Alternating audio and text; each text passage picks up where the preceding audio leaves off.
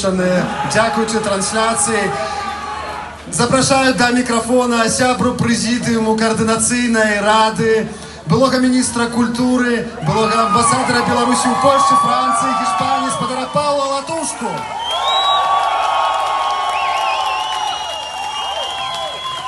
Вітаю сердечно Белосток! Вітам сердечний Белосток! Жыве Беларусь! Мне вельмі прыемна быць сёння ў горадзе Белосток, з якім меня звязвае шмат гадоў. Калісьці першы раз я прыехаў сюды маладым чалавекам, але полюбіў гэты горад, полюбіў гэтых людзей, якія тут жывуць. Тут я шмат у чым зразумеў, што для нас беларуская культура, што для нас беларускае слова, беларуская мова, наша гісторыя і спадчына. Дзякую усім, хто прычыніўся да таго, каб сённяшні канцэрт адбыўся. Дзякую сэрдэчне władzам województwa podlaskiego, miasta Białystok, wszystkim, którzy zorganizowali ten wspaniały koncert.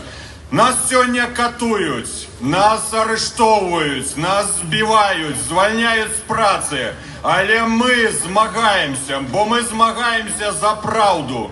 Мы змагаемся за светлы дзень, супраць цемры, супраць зла.